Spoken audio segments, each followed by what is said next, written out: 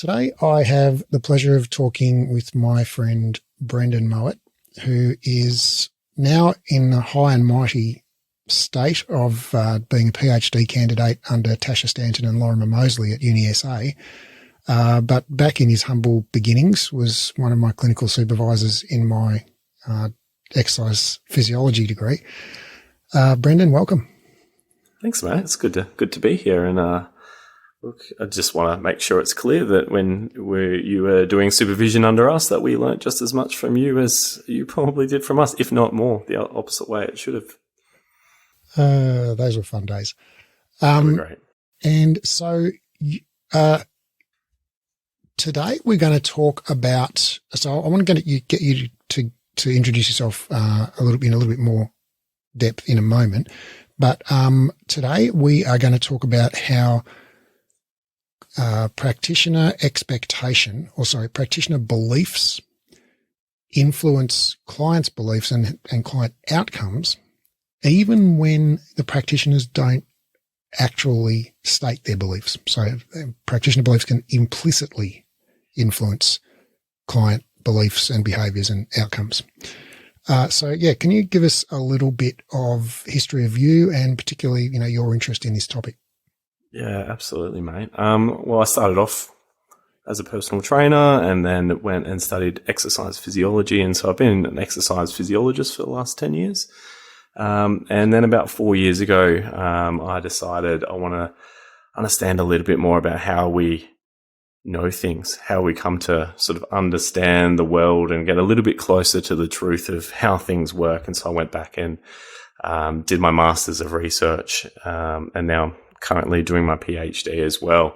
And I think one of the components that led to me being kind of interested in this area that you've just alluded to in terms of our beliefs as practitioners and how that can influence the patient or just the person who's coming in for Pilates or exercise or whatever context it might be in, how what we think, what we do, not only what we say, can really influence that individual's perception of themselves, their behavior, and how they engage in healthcare and physical activity and all of these other things we know are associated with good health and longevity as well. So, and that's kind of what's sort of formulated a lot of my questions in my research and so on.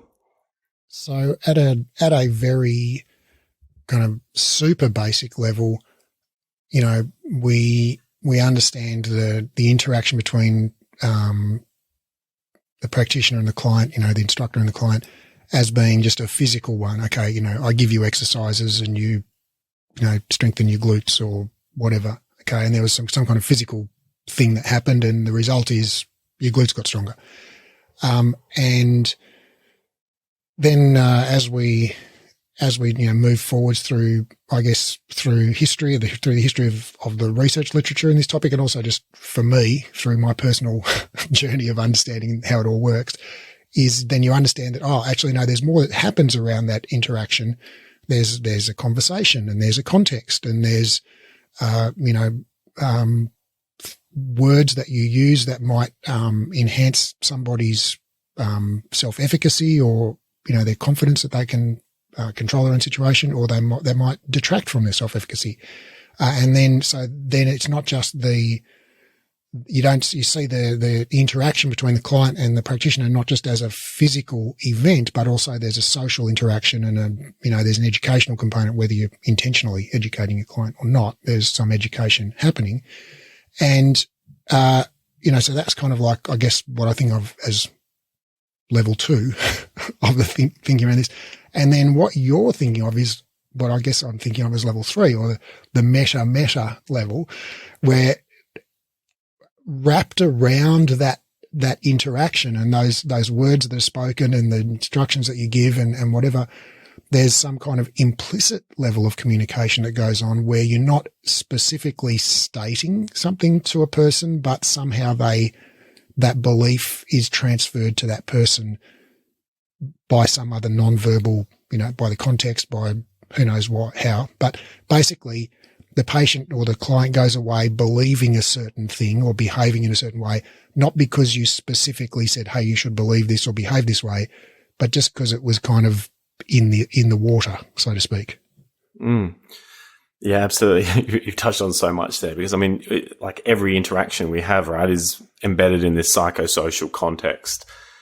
And, you know, words matter so much. And, you know, these explicit things that we do becomes really, really important. And I think we kind of know that, you know, even if we haven't read any of the research around that, it kind of makes sense that if we tell someone that they're broken, that they're probably going to feel more broken. You know, it's how we communicate. But then what's really fascinating is this component that what we believe can be transmitted through other means beyond our words, the way in which we act, in ways that we can't even necessarily pick up when we film ourselves and have an external person kind of watching it. They go, I actually didn't pick up anything in particular. But that things are going on. So what we truly believe, can be really important for us to kind of reflect on and even work on, perhaps as a skill, that can have real effects on that person that we're working with in terms of the way that they might be perceiving themselves, the way that they might go on and behave, in their world as well. I want to spend a lot of time unpacking that because that's really the topic of your research. And there's, as part of doing your research, you've read voluminously in this field. So you're very up in the literature in this area. But I want to just, get off the bus or have a little momentary stop on the way. Maybe for just a little quick picnic or something. So we can, talk about, so you mentioned, words, words make a difference and words matter. And I just want to sort of unpack that for a moment, or maybe a little bit more than a moment, but to spend a little bit of time just exploring, well, what does that mean? What does that even mean? And I think, piggybacking on that, I'd like to explore the idea of, and this is something we were talking about actually just off air before we hit record, is the notion of, because when you said to me, like, if we say to somebody that they're broken, that, they're going to take the message probably that they are broken, and that's probably not going to be a useful thing for them to believe. But I think that, a lot of the time when these messages are said, and I'm sticking my hand up here, I've said that to people many times, that it's all done with the best intent, and the intent to help the person to be safe, right? So watch out, don't bend when you squat because that will damage your back. So I'm doing that with the best of intention to keep my clients safe. And I think so. I guess even beforehand, I would like to explore this idea of like, well, surely, being safe must be a good thing, right? I mean, if you could be more safe or less safe, surely we'd all like to be more safe. If you could have like more plague or less plague, you'd like to have less plague, more terrorists or less terrorists, you'd like to have less terrorists. So, if you could have more like safety in the Pilates class or less safety, surely you'd want to have more safety, like what could be wrong with that? Makes so much sense, doesn't it? It's a real fascinating idea, isn't it? And I like to refer to it as the safety paradox, where this idea of the more safety we have, or the more screening, or the more vigilant we are, the better the outcomes are going to be for that individual. But what we tend to see is that's not the case. That yes, there's a threshold where, some safety is important. We don't want to just necessarily go and do ridiculous things, because that doesn't lead to better outcomes for our survival as a species. But there's also a point where if we're so safe or protecting, we actually create a fear. And that fear can be something that stops us from engaging in our environment. So essentially having more things that we can interact with in our environment, the less likely we are to probably feel like we can independently go and perform the behaviors to achieve an outcome. So let's say things like exercise, that we could do it by ourselves because we're become so worried and concerned potentially that we actually need to have someone watching us, making sure that we're exercising correctly, that we're doing these sorts of things. But when we do this, there's harms involved. And that might be in reducing that self-efficacy, so that belief that they can actually go and do that themselves. It might be financially, that now they actually might be in a situation where they can't afford to keep going back and doing sessions. However, they're not confident to go and do it by themselves because they want to be safe. And they don't feel like they're safe because of what they've been told or the way that the interactions they have had with fitness people or healthcare practitioners have been conducted. So there ends up being this kind of unnecessary over-vigilant fear around physical activity, movement, engagement within that environment. So it's difficult, I think, to kind of necessarily go, all right, so what is safe for this individual and what's not safe? Right.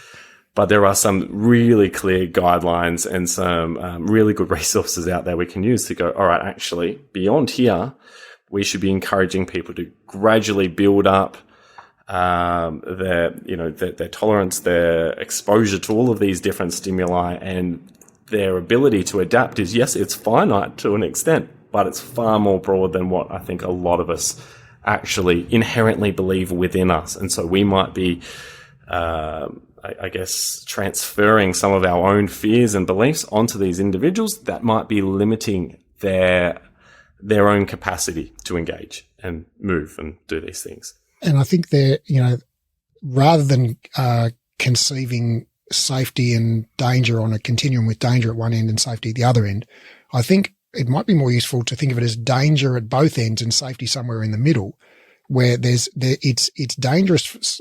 And we can relate this directly to, say, the injury risk with exercise training with load, right? So if you apply way too much load, that's dangerous, right? If it's your first ever week of training, we're like, okay, let's do 100 sets of maximal deadlifts, week one. It's like, okay, there's a good chance you're going to get injured there. So too much load is dangerous. But then on the other hand, if you never exercise for decades, that increases your injury risk because you haven't built a tolerance to load in your body. So there's an increased risk there. If you step off the curb wrong, you'll, damage yourself because your body doesn't have any capacity to tolerate that. So there's danger in being too gung ho. There's also danger in avoiding load, right? So the safest path is somewhere in the middle where you gradually build up a tolerance to load. And that's kind of based on the human physiology. But I think also even with just in general with things like I don't have the literature in front of me, but we say like something like mammograms for breast cancer screening for women, that you'd think like, okay, well, wouldn't it be better if we can catch this cancer earlier and therefore treat it with less invasive treatments and have better outcomes for our patients? And the answer is yes, up to a point. Right. So when you screen women who are 60 for breast cancer, even when they are symptom free, then you catch a lot of cancers early and you do have better outcomes for those people.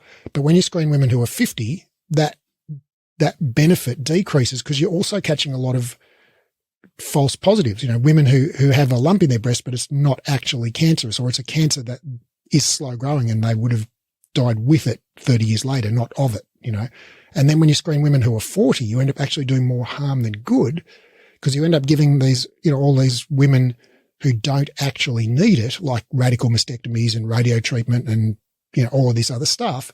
And so there are actual harms associated with screening.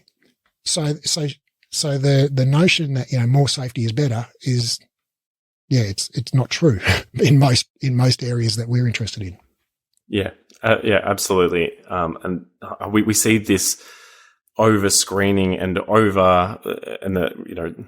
the related over treatment, and even over medicalization of normal findings as well, being really quite a large burden at the moment. So it's kind of this growing field of literature, that's really fascinating because you're right. It seems sort of to make common sense that the more screening, the better.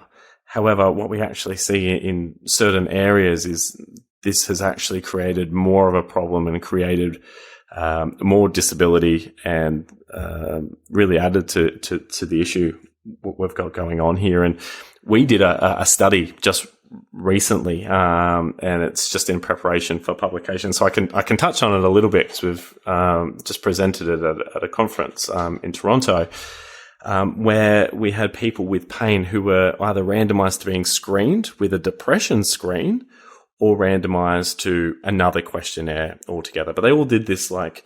So we're screening them with this question. When you say a depression screen, it's a tool, like basically it's a questionnaire. Yeah, that says on a scale of 1 to 7, 1 being strongly agree, 7 being strongly disagree, something like that. Is that, how much do you agree with the following statements? Life's not worth living. What's the point?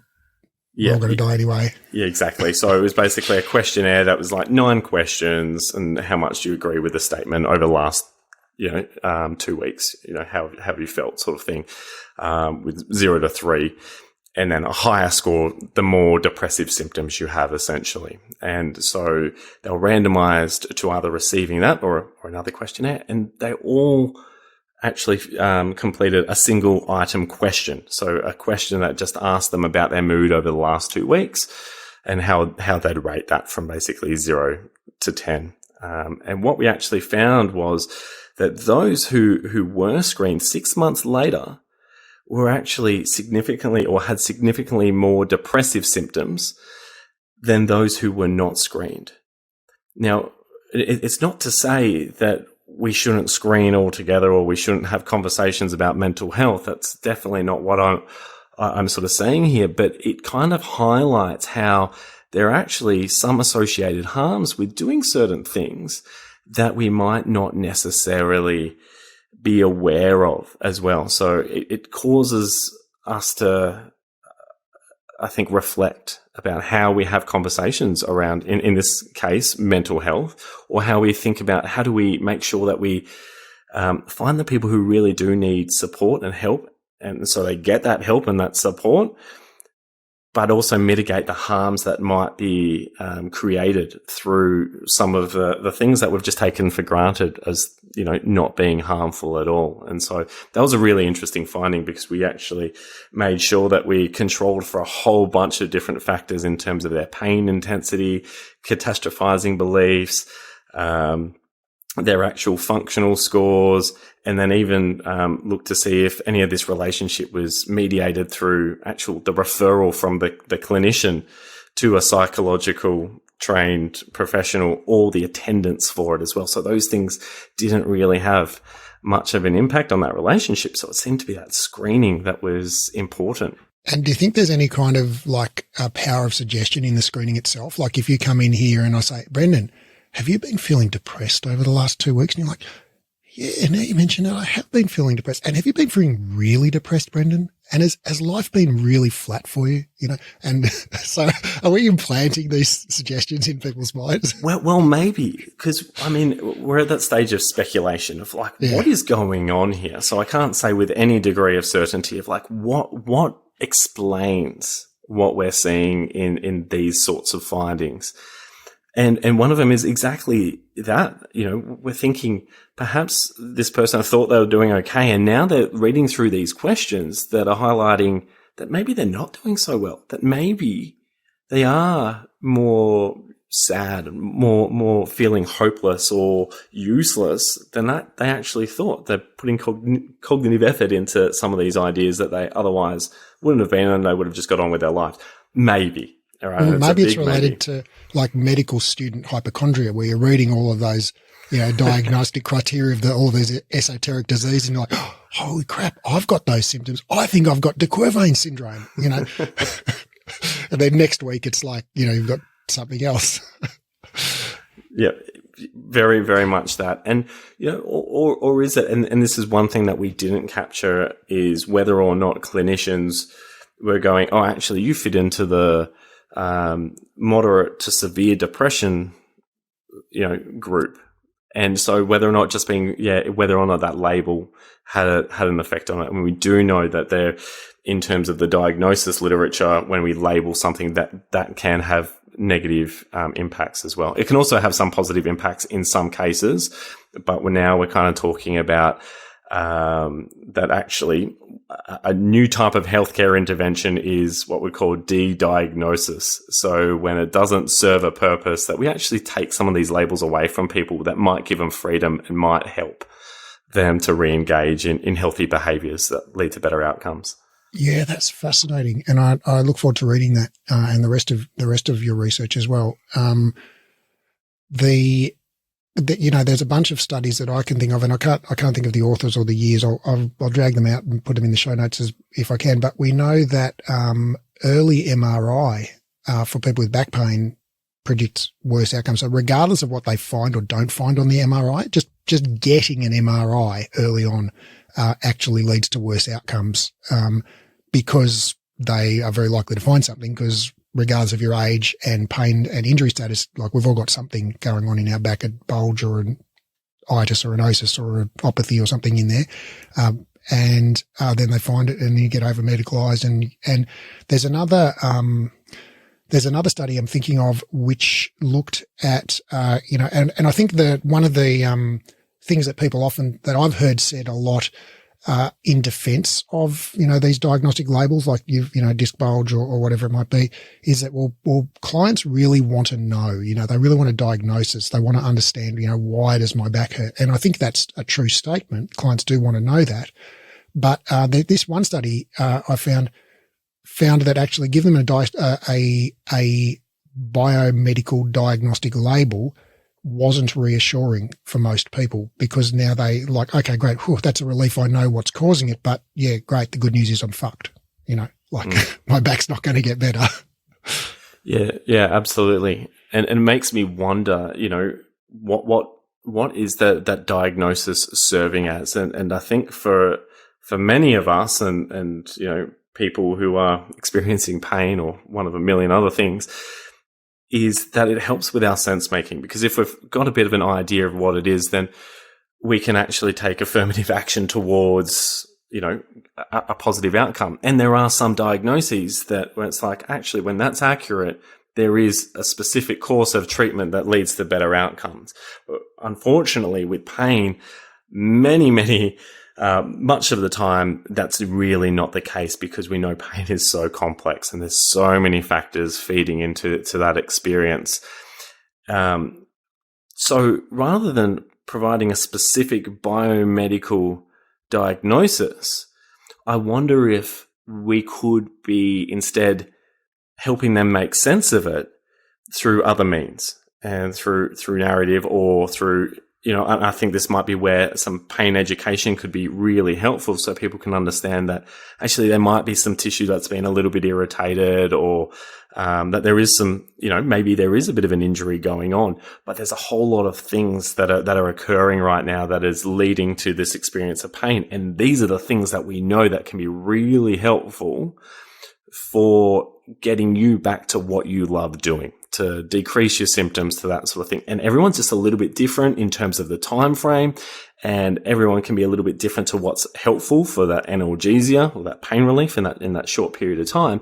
So how about we explore some of those things together? And I think we can really de-threaten what people are really worried and concerned about, while still validating their experience, providing some sense making around what's going on, and a way forward that they can engage with and have some control of as well moving forward. So I wonder if that's something we need to be spending a little bit more time developing our skills around as clinicians. But I think this is also in the realm of Pilates and personal trainer, areas as well, because we do, know that people with pain rock up in there, and we can be, kind of broad but specific and validating in terms of how we interact, the words we use, the things we say, and the way that we can help them have some ways to move forward, move towards recovery.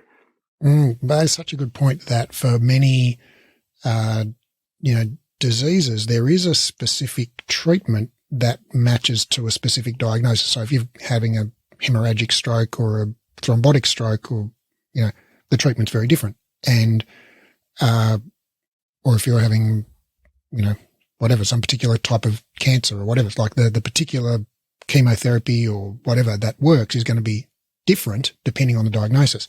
And so it is very important to have a diagnosis in many cases. But like you say, in chronic pain, regardless of body type, whether it's shoulder, back, neck, knee, whatever, really the diagnosis doesn't dictate the treatment 99 times out of 100. Once we've ruled out red flags, which are extremely rare, then basically we know that pretty much any treatment's going to work the same amount on a population level, on an average level, and that the beneficial effects of almost all treatments aren't related to the primary thing that we're trying to change. So, for example, when you do strength training for low back pain, whether you get stronger or not, or how much stronger you get, has no impact on how much pain relief you get. When you retrain your transverse abdominis for low back pain, whether you get better or timing in transverse abdominis or whatever, has no impact on how much pain relief you get. Like when you stretch for back pain, how much more flexible you get has no impact on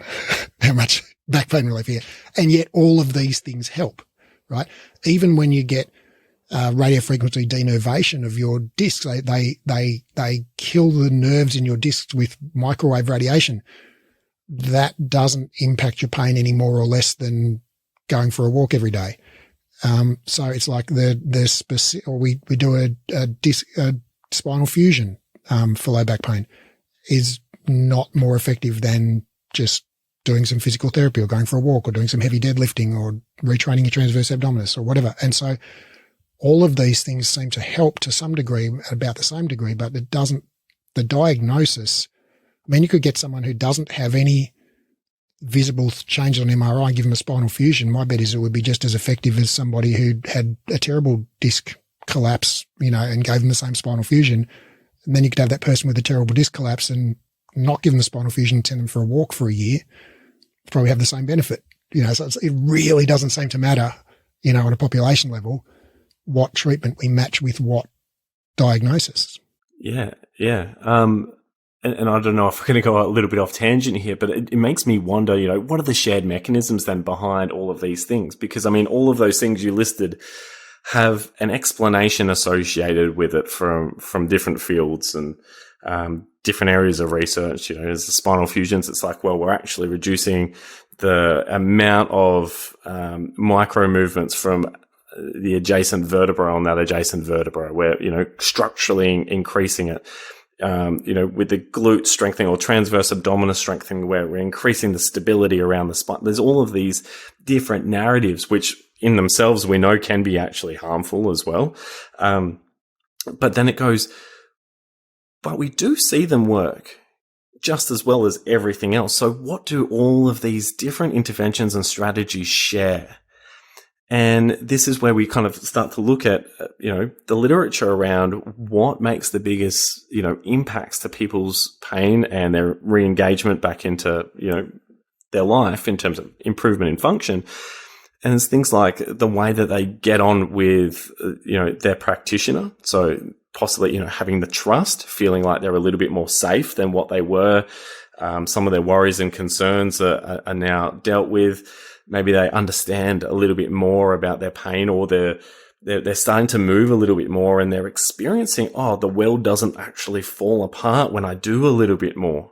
And so it starts to kind of salami slice your way towards more activity, allowing them to experiment and play a little bit more. That all of these systems within the body are starting to normalize with a bit of movement and positive psychology and so on. But they're these underpinning things that really kind of drive it, rather than having these narratives about the structure just being completely shot and we have to fix that structure first, which, like you said, in 99% of cases is not the case. And so we're moving from, and I've just totally made up these levels. That's not a real thing, but the level 1, interaction in the exercise context, whether it's Pilates or exercise physiology or whatever, is like it's a movement session, and the only transaction is your body moves and you activate certain muscles and certain things get stretched or stronger or whatever. And now we know that that's all good and it's all great. And, I'm an exercise physiologist and a Pilates instructor. So I'm like, you're not going to find anyone who's a bigger advocate of people getting moving, than me and you as well. I know, Brendan. But there's not a convincing literature that exercise benefits on pain are bigger than placebo.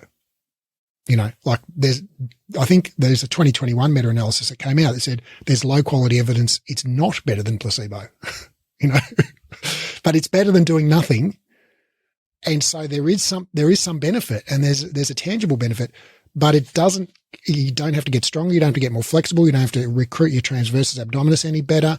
And so like what the heck, so the physical, things, physical mechanisms that we've traditionally attributed to those benefits. Oh, my core got stronger. My posture got better. My hips got more mobile. My blah, blah, blah got more blah, blah, blah. My rotator cuff, whatever. No, all of that turns out to be not supported by quite a large body of evidence refuting it. And so now we're into, level 2, where we're saying, where there's that, like you said, that sense of safety, that might, contribute in the sense making, and the graded, exposure, with safety, with control, so people can, build their self-efficacy and get back to doing their valued activities. And so I just want to highlight something around that notion of safety, because we did kind of just say a bit earlier that's like, well, there's such a thing as too much safety. And now you're saying like, oh, well, safety, more safety is good, isn't it? But I guess I just want to unpack that for a moment, which is that when we say, oh, Brendan, watch yourself during that squat, stay safe, keep your spine neutral, right? Yes, I've used the word safe, but actually the message that you get the words, the message between the lines there is watch out. You're in fucking danger right now, dude. Like be really careful. Right. Whereas if you're squatting and you say like, I'm really worried about how I'm squatting, and I'll look at you and go, nah, you're fine. You're awesome. Just keep going. Right. Nothing to worry about here. It's totally fine.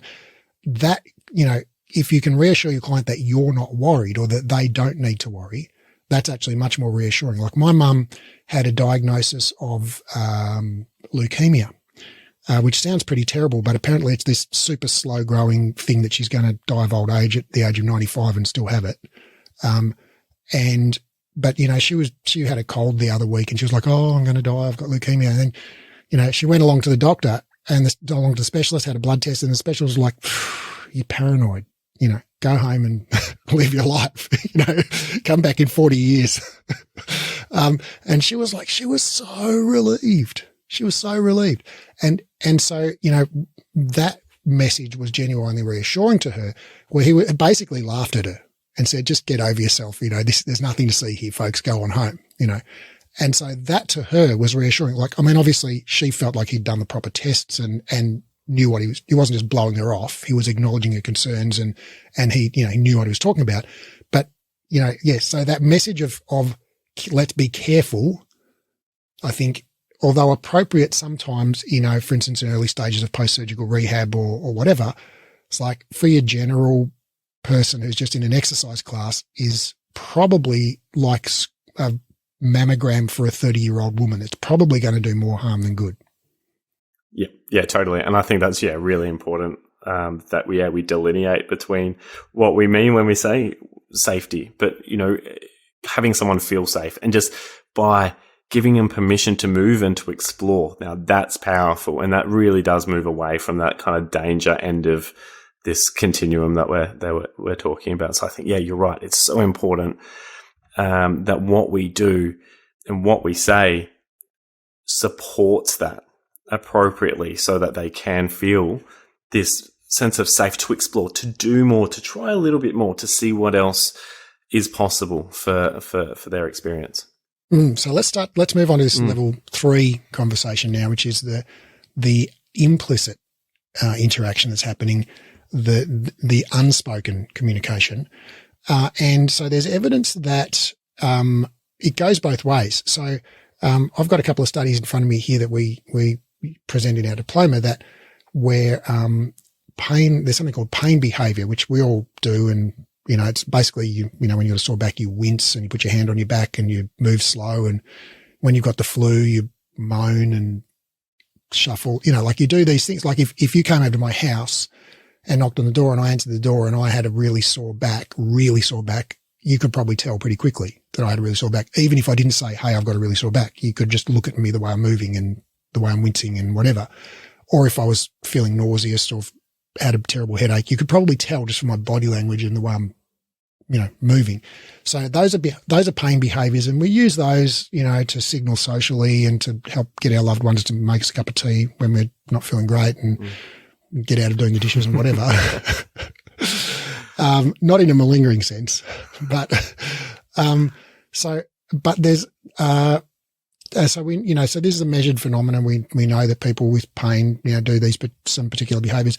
And this one study I've got in front of me here, which is from Carrere et al., which I've probably butchered the name, 2017. It's called Pain Behavior Mediates Relationship Between Perceived Injustice and Opioid Prescriptions for Chronic Pain, a Collaborative Health Outcomes Information Registry study from the Journal of Pain Research. And what they basically found was in this situation, the pain behavior of the patient was the mediator of how much opioid the medical people prescribe. So how much I'm clutching my back and moaning, determines basically how much dosage of morphine I get, not, like if you said, on a scale of 1 to 10, how bad's your pain, or any other kind of measure. It's the pain behavior that mediates that opioid prescription. And that's a purely nonverbal communication. So the patient beliefs or behavior implicitly influences, medical doctors' prescription of like really serious drugs. Yeah. And we see that alongside, gender and ethnicity having differences as well, where they can be completely unconscious, but it changes how we treat, how we do things. And I think even though that's in sort of the more the pharmaceutical side of things, that we see this similar thing happening in the movement-based therapies as well. And JP Canero did a study probably 3-4 years ago, and he looked at physiotherapists' beliefs around lifting. Yeah, right. So, and then explicitly, firstly, he got them to, say, is this dangerous? And had like images of people like lifting with a rounded back and whatnot, which we now know is actually not a risk factor for back pain. And they were all relatively on board with the idea that actually, no, this is quite, this is fine. This is not too bad within reason. And then the neutral spine, they're like, yep, that's fine too. But then they did this implicit association task where basically they get images of people lifting flashing up in front of them, and they've kind of got to pair whether or not it's dangerous or safe, essentially, with this very quick task. So they're not really thinking about it. They just have to kind of respond with their first instinct. And what they actually saw in this implicit association task was that even though they explicitly said, hey, this is safe, fine to do, that many of these therapists were harboring this implicit fear around these sorts of tasks. And when we saw this, we actually see that people that do have this kind of implicit association around, that round back lifting is, dangerous, or around just these kind of more biomechanical rationales to why someone might be having pain, they're more likely to be on that kind of trying to create more safety, be more vigilant in the way that they conduct their sessions with that individual. So how appropriate they think that that person is for engaging in physical activity, return to work, are all influenced by that implicit belief system, not necessarily just what they explicitly say out loud. And so it becomes kind of important that maybe we need to make sure that what we say, that we actually really, truly, viscerally, on a deep level, believe it. And that might be going, all right, how do I kind of really, truly believe something? And I think we can expose ourselves more to it if we're not sure. We can test ourselves. We can do experiential learning where we go, all right, how about I do more, spine bending, do some Jefferson curls in the gym, or the things that, I say are fine, but I might not actually do myself. Why am I not doing those myself? And so kind of reflecting on that and then exposing ourselves and trying to get to those deeper levels of our psyche, I guess. So that's that level of, and we know that there's very strong evidence, in fact, that patients get their beliefs from their practitioners. And so when your patient comes in and actually this is something that I hear people say from time to time, which I've I'm no psychologist, so I don't really have a psychological opinion on this, but I just think it's not a useful belief to hold as a practitioner. When people say, oh, that person's attached to their pain, well, they don't want to let go of their pain. I feel like, well, that may or may not be true, but I don't think it's a useful belief to hold as a practitioner, because you've essentially kind of saying, well, that person doesn't want to get better. So it's like, well, in that case, you basically are saying, like, well, it's outside my ability to help this person. And so your belief is you can't help this person. So guess what? You can't help that person. Like, yeah, totally. And I think that's like a really nice kind of rule of thumb, nice little heuristic, that if you feel that way, like I can't help this person or they're melandering or whatever, that you kind of actually actively find support for them elsewhere. In a nice way, don't, reject them and say, hey, I can't help you, but go, look, I actually know someone around the corner and they're really experienced in this area. And I think that'd be really, really great. And I just want the best for you and the best support.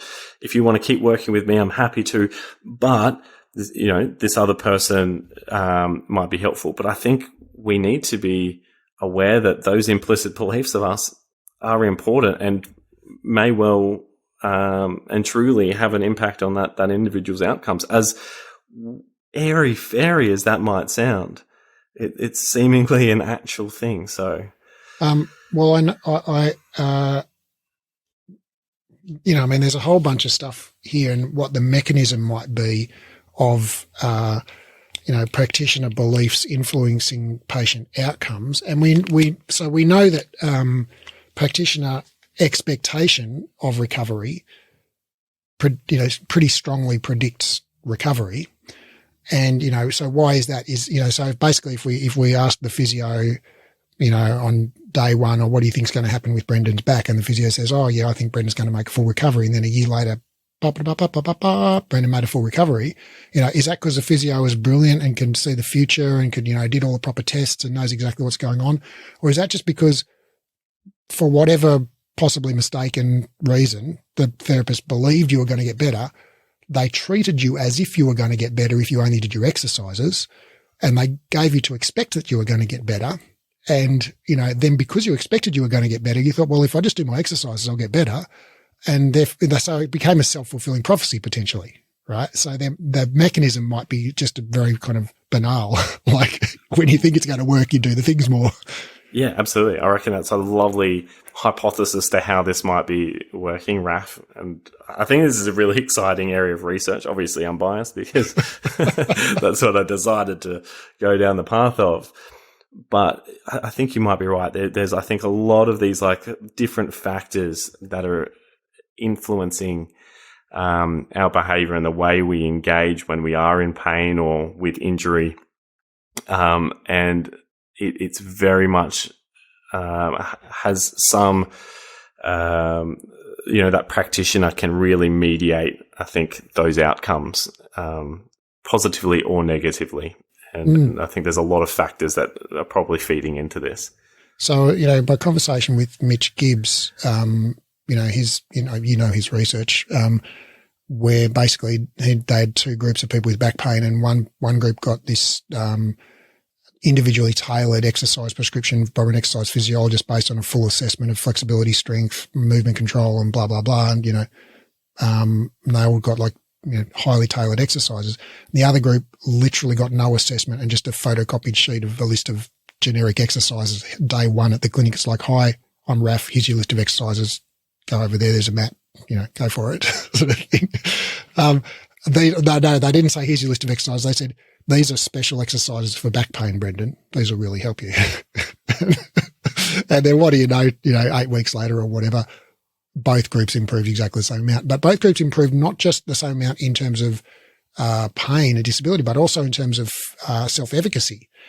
And so, there's maybe it's like just the moment of me handing you that sheet and going, I think these exercises are really going to help you. They're special for back pain, right? Maybe that's all that's needed.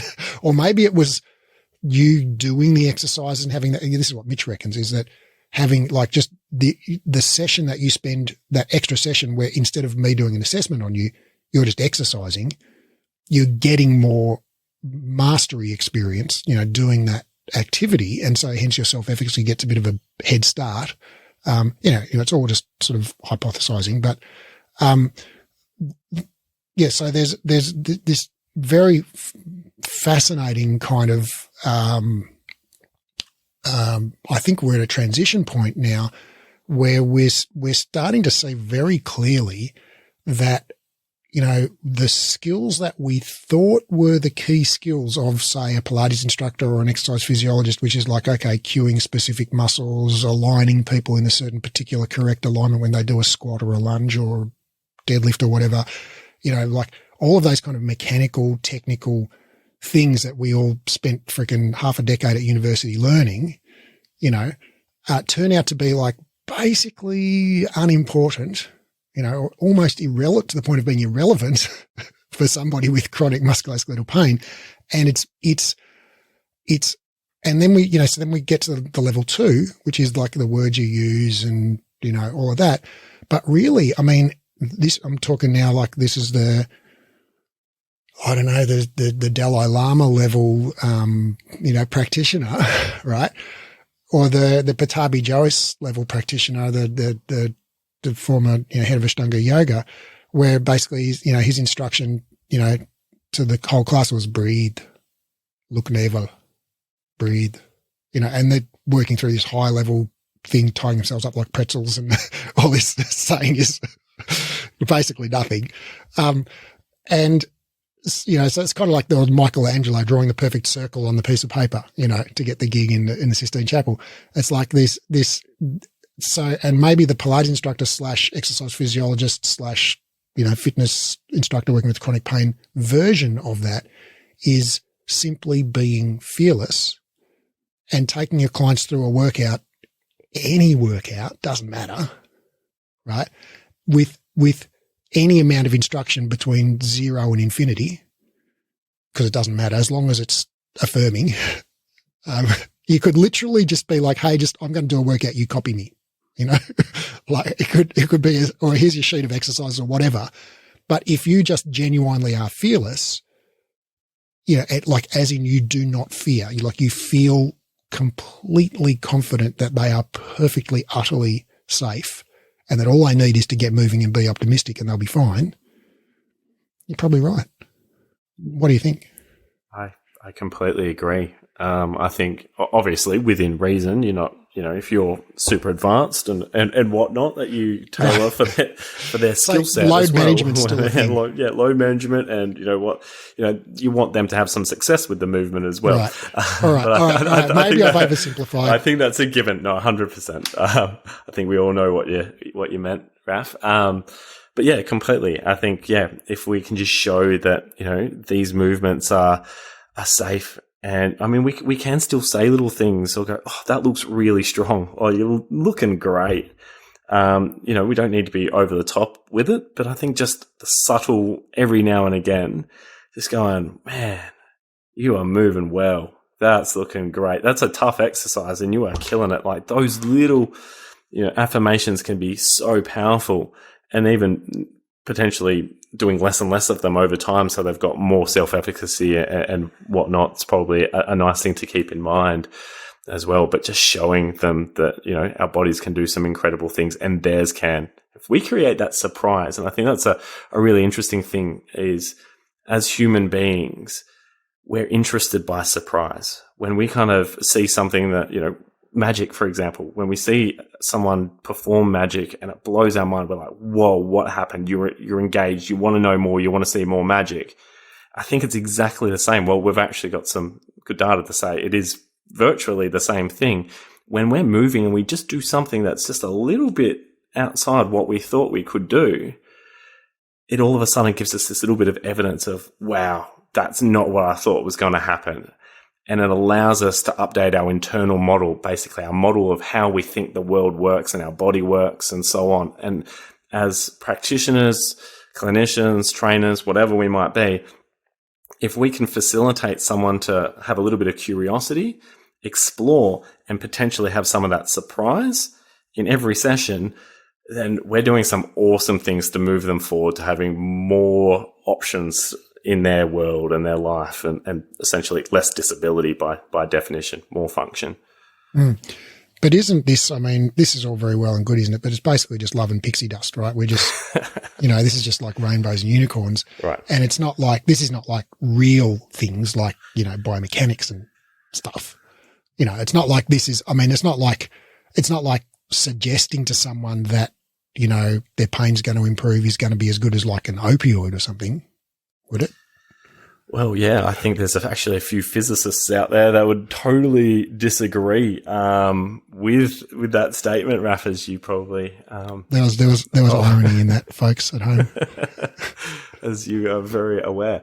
And we've got some really good theories now of how it is that we learn, and what allows us to kind of engage in our environments and what kind of dictates a lot of these things. And these theories can now be modeled mathematically and mechanistically. So things going on with the body in terms of neurotransmitters and all of this really cool physiology. So we can make these hypotheses and measure these real tangible elements to see what actually happens when we do create, for example, a situation where someone experiences surprise, and we do see, these neurotransmitters associated with learning changing in different areas of the brain and nervous system, and we see this associated with different things like reductions in fear and then more broadly engagement with environment. So we're kind of at the very beginning of a really interesting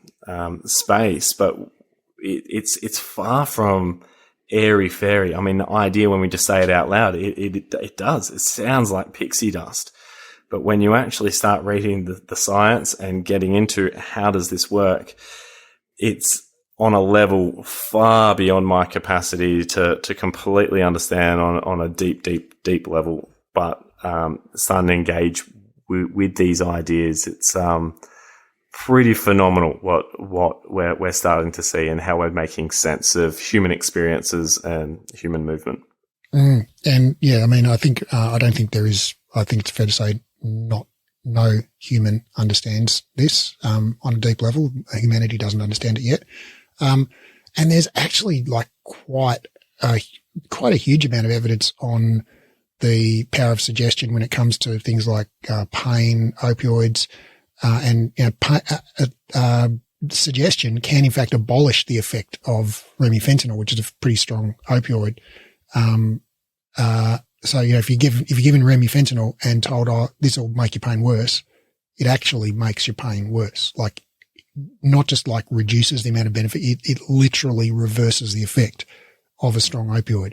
And that's a study that similar has been replicated in similar kind of studies, opioids with or without being told, if you're given opioids covertly, like people have like an IV drip or cannula and they're given opioids without being told they're given opioids, and then they are given saline solution and told, "Oh, this is a strong opioid." The saline solution, being told it's a strong opioid, is as effective or more effective than the opioid when you're not told it's not an opioid. So it's like, this stuff is just crazy. And so tell us, and I think we have talked about this on the show before, but it's just such an amazing study. Can you regale us, please, with the story of Lorimer Moseley's 2008 thinking about movement hurts blowing up study. Yeah. So we're talking about the CRPS, chronic pain study. So what they did was they had these people with complex regional pain syndrome and just chronic pain as well, from my memory, and they strapped down their affected arm. So for these people with CRPS, who had this excruciating pain and symptoms, in their arm, and they strapped them down. They put a little measuring device on their hand as well, so that they could measure swelling, and they got a pain rating. And then essentially what they did was got these people to think about a painful movement. So just thinking about it. Now they had EMG on their arms, so essentially they could make sure that this person wasn't actually moving or using that limb whatsoever. And what they saw is just getting people to think about a movement that's painful first increased their experience of pain. But secondly, there was an actual immune response where there was actual swelling, so a significant change in the actual diameter of the finger being measured as well. So we could see just this thought had this, not just an impact on that subjective experience, but there's true physiological response in that immune system within a short period of time, which is just, insane. It is insane. And there's another study I know of where they did a study on, I think it was kidney transplant patients who have to go on immunosuppressant therapy so they don't reject the transplant. And they, for some, I don't know how they managed to get ethical approval for this, but they gave some people a placebo. I don't know, maybe they ran out of the drug or something, and they said, oh, this is a powerful immunosuppressant. And it worked. It suppressed their immune system. Yeah. Like, that's just crazy, which you think your immune system is well beyond your conscious control. Well, that's it. And when we're talking about placebo, we know that, that there's conscious components and there's also unconscious components to it as well. And, when we're talking about an immune system actually responding, we know that that's unconscious. But yeah, where it was paired with like a weird tasting milk. So they actually had the immune suppressant, I think, with like some purple flavored milk, whatever flavor that would be. And they had it, the first few days. And so the system was like, yep. And then on the fourth day, they would replace the actual immune suppressant with a placebo, or just the milk really. And then they found that the same physiological responses were occurring. So it might have been an element of conditioning in there as well. I wonder how you could tease that out. Yeah, absolutely. So, the placebo affects, because multiple pathways in which it works, as we can sort of see from that alone, is complex and a real fascinating area. And you've used this example many times. I've heard you use it, but I mean, we talk about thinking about moving your hand actually makes your hand swell up, and that sounds like mind blown emoji. Okay, or taking a purple flavored milk suppresses your immune system when you think it's going to. That seems just like so out there. But then when you think about it, like we've all had this experience so many times. Like think about your favorite food. Whether it's like mangoes or ice cream or, whatever it is, right? Can you imagine a great big, beautiful plate of that food, and just taking that first sniff and smelling the aroma, like you're probably salivating already, right?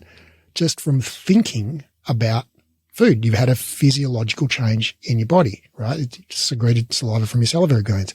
So like we have this experience all the time, of thoughts affecting our physiology. And we take it as just a normal everyday humdrum thing, right? But then for some reason when we think about it in the context of pain, we think, oh no, that's crazy. That's pixie dust. That's like, oh, woo woo, it's like, oh, biomechanics is the real, the only, one true way. And I know, dear listener, if that's not you, okay, but you ain't most people. And most people out there still do view it that way. Yeah, look, and I don't think that's anything to be ashamed about. I mean, for me, like this idea of, it was a similar experiment. It was just like thinking about biting into a piece of lemon and just thinking about that and the juice running around my mouth and imagining that is just, I start sweating. I get these, my mouth is full of saliva. Sorry, dear listeners. But I am having a full body response to just that thought. And if we're fearful, worried, concerned about a movement, why would that be any different? Why would it be any different if someone said something to me or acted in a way that implicitly signaled to me that I was in more danger than what I actually thought? Yeah. That information is very, very important for me making sense of my experience. I don't think it is actually that far removed, but somehow we delineate those two things and go, this is woo, this is real life. They're the same thing. Can you talk us through, and this is my favorite study. I know it's like one of these ones I just keep coming back to, and I know you've told me it hasn't been replicated yet, but, and it's like 20 years old. So it's like, okay, I'm not sure if someone's tried to replicate it and failed and just, then didn't publish it or, whether, I don't know, but, that dentist study with the Naxolone and the lidocaine or whatever they used. Yeah. So we're actually doing something that's trying to replicate, a part of this at the moment, which is proving very, very difficult, but a lot of fun at the same time. Lots of deception. But essentially, it was done in the mid-'80s by Richard Gracely, and what they did, they had dentists that were performing a molar removal, and we're talking like the far back molar, your M3. And this, I just can't. How do they get ethical approval for this? Yeah. Crazy. So this was probably around the time where ethical approval was becoming more required. This is like half a step down from the Milgram experiments, like dental surgery with no anesthetic. Yeah.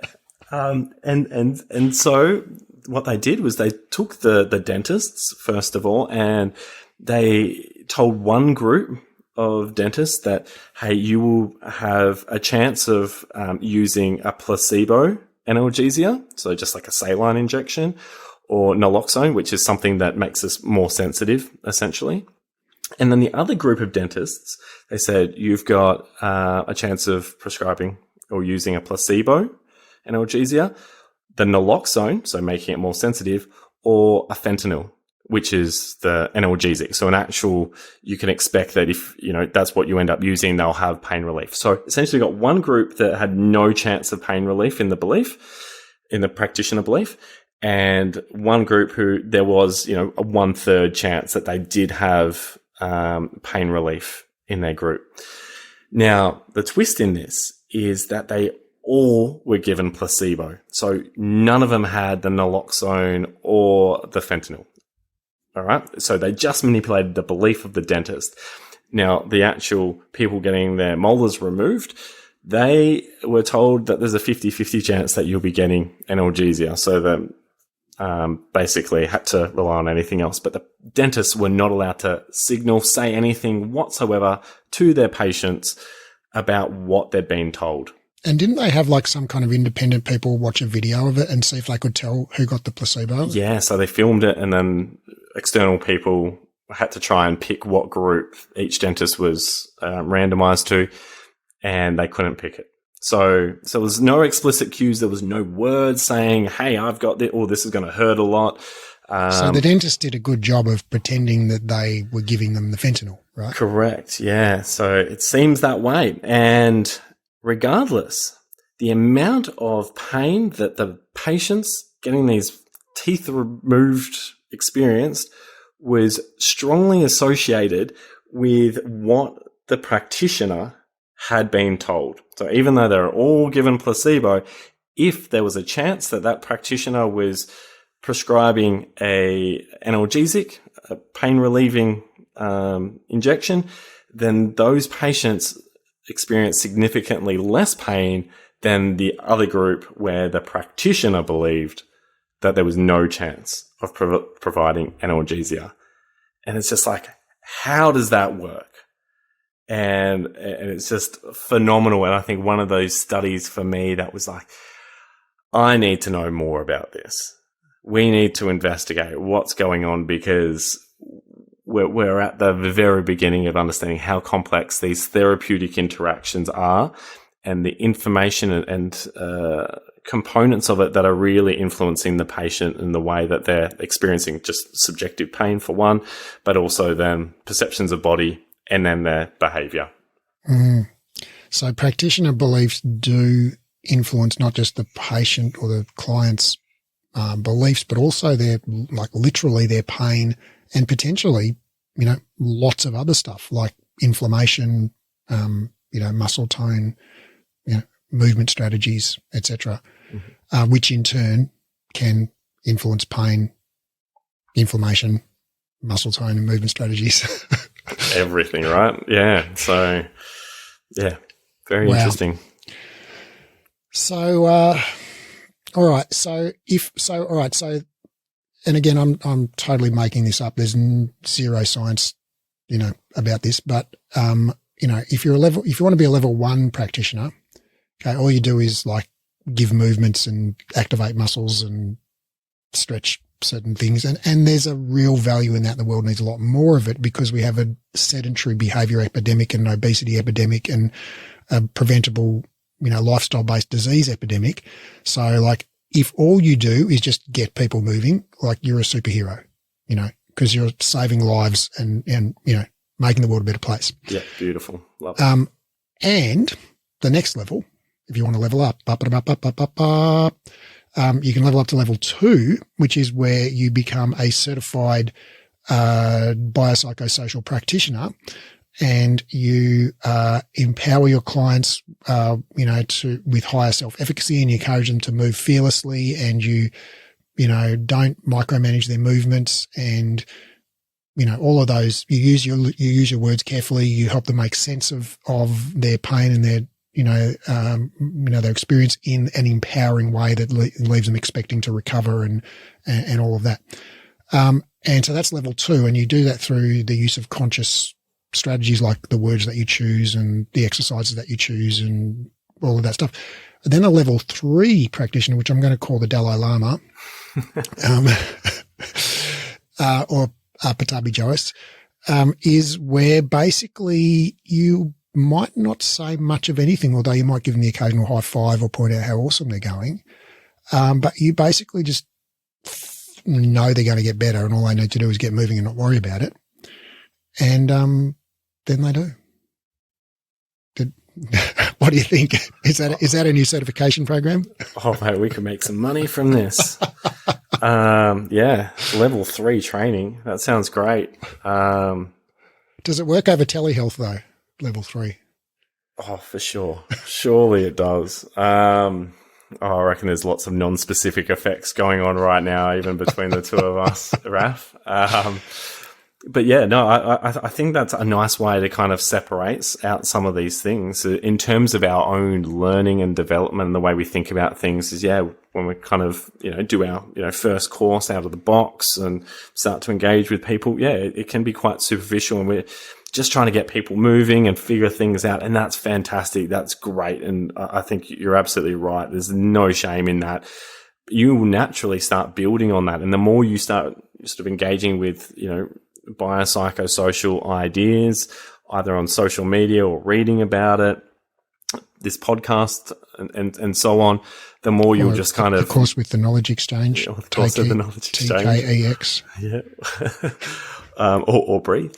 And, you're going to move into, level 2 probably quite naturally as well. And I think within that, you'll start to get a bit of an idea or have some experiences go, I don't understand what's going on there. And I think that's where the level 3 practitioner, which is, how much are we going to charge for this course? Well, I think, so level 1 practitioner, I think that's where you come in and we teach you how to activate all the muscles and stand in neutral spine and all of the things.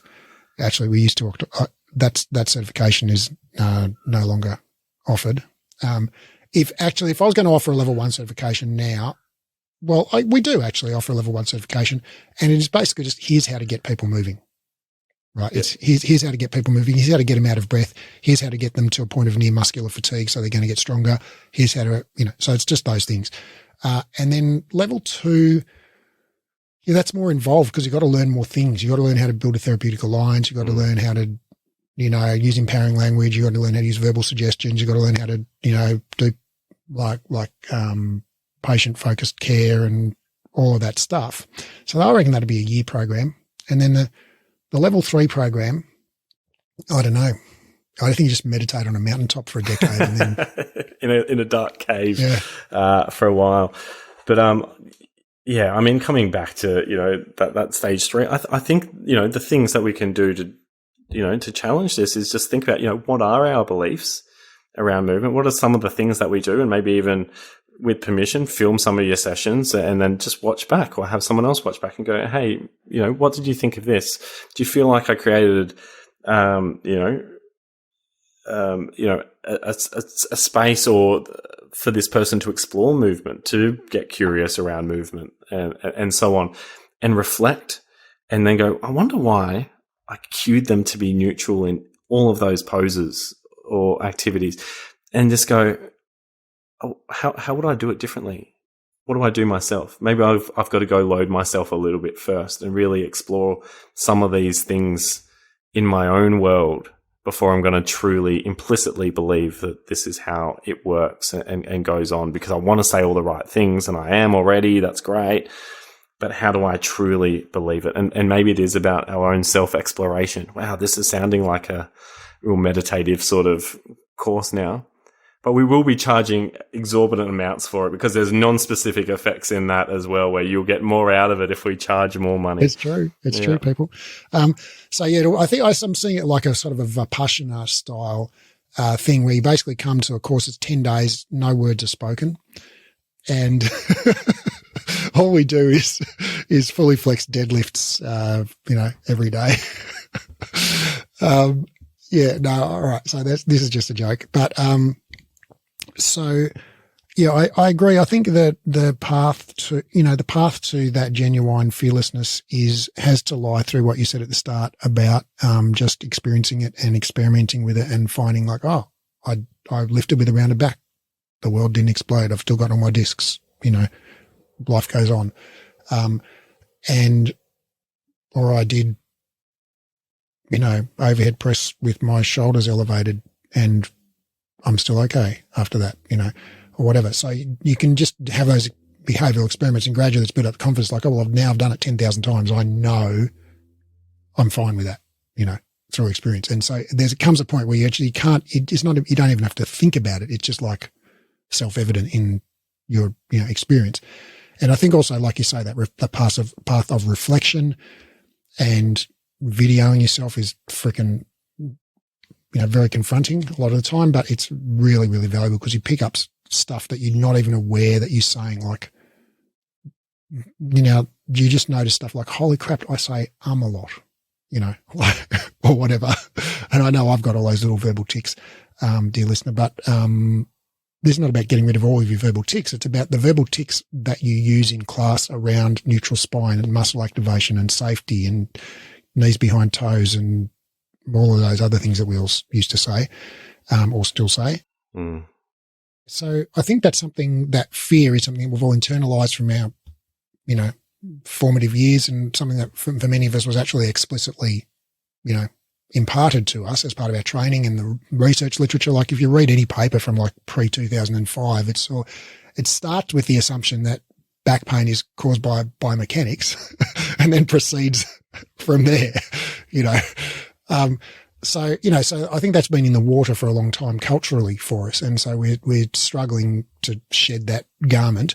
But, I think also I suspect I don't suspect this. I know this because people have said it to me explicitly, that there's an element of a sense of like professional expertise or the value of what you do. It's like, well, if I've got a 4-year degree in exercise physiology, and you're coming to me and paying me $120 for a session, right? And literally all I do is say, do some push-ups, Brendan. You're looking awesome. Okay, do another set, right? And I don't give you any tips on your freaking muscle activation or Q neutral spine. It's like, well, what the fuck are you paying me for? You know, like, and what were all those years of university for? You know, and the irony is, I think that for my personal journey, it's like only once I did all of that university and read all of those research papers and learned all of that anatomy and physiology and biomechanics that I realized actually that's not what makes the difference.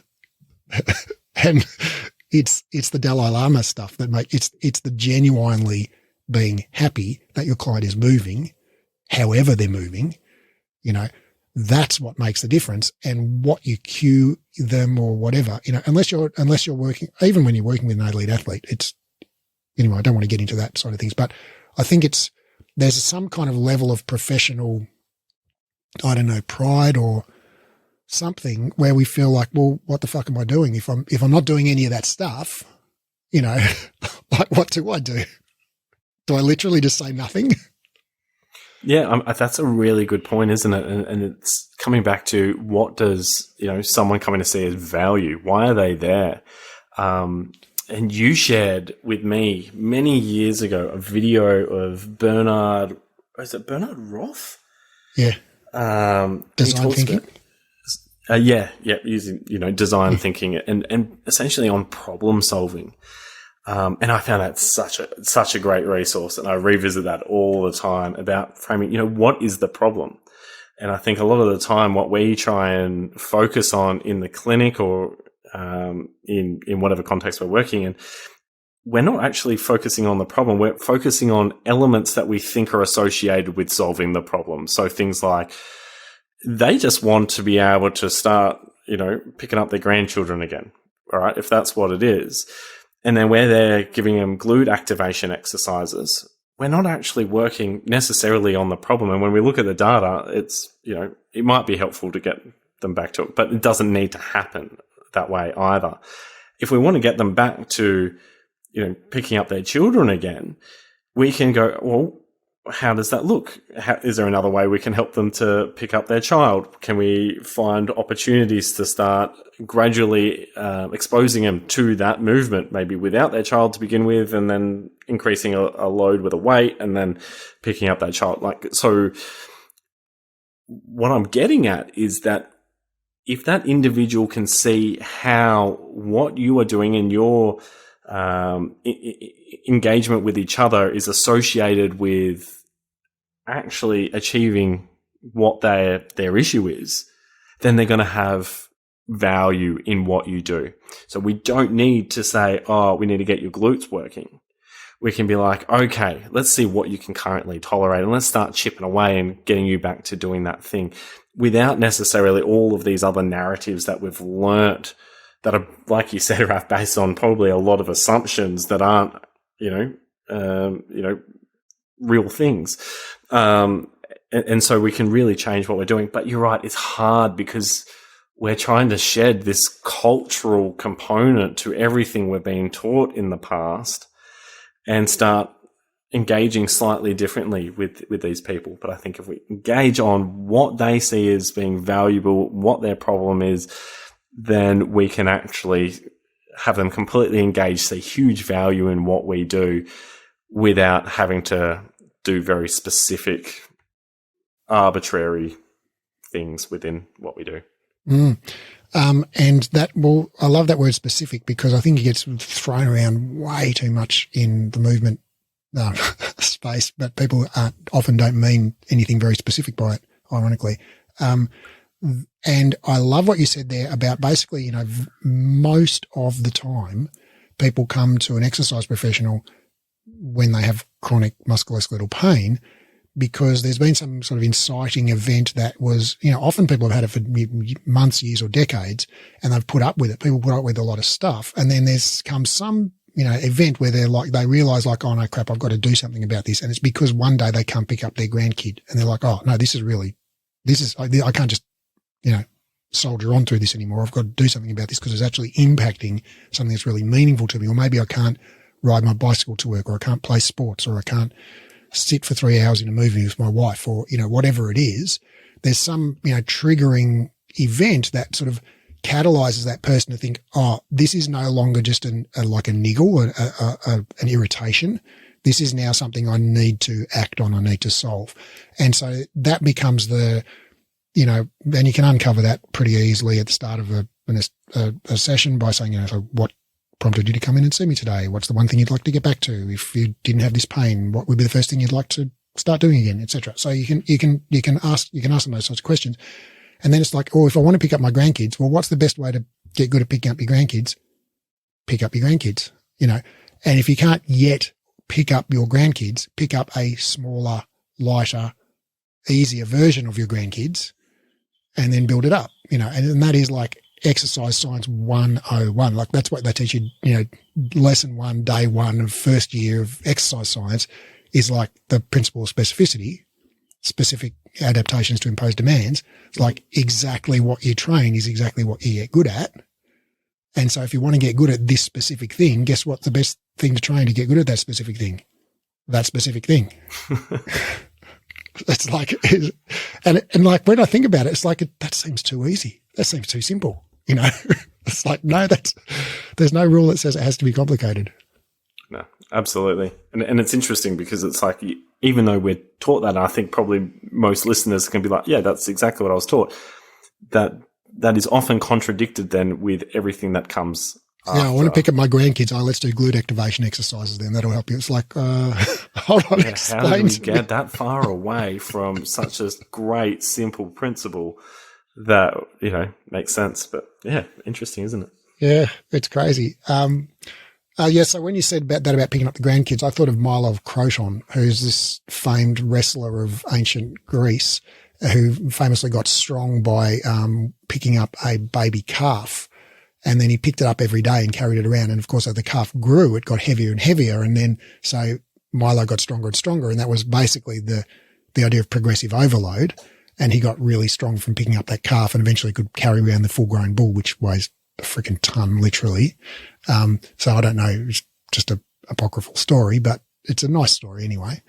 And so you could pick up your grandkids and then by the time they're full grown adults, you'll still be picking them up. No problem. Yep. Beautiful. I've got a 5-month-old and I'm strapping him to my chest and going everywhere on every walk. And I might just try and do the same thing. He'll be 22 and feet dragging along, but strapped to my chest, and we'll see how we're going. Well, this has been awesome, Brendan. Thanks so much for coming on. Yeah, mate. It's been an absolute pleasure.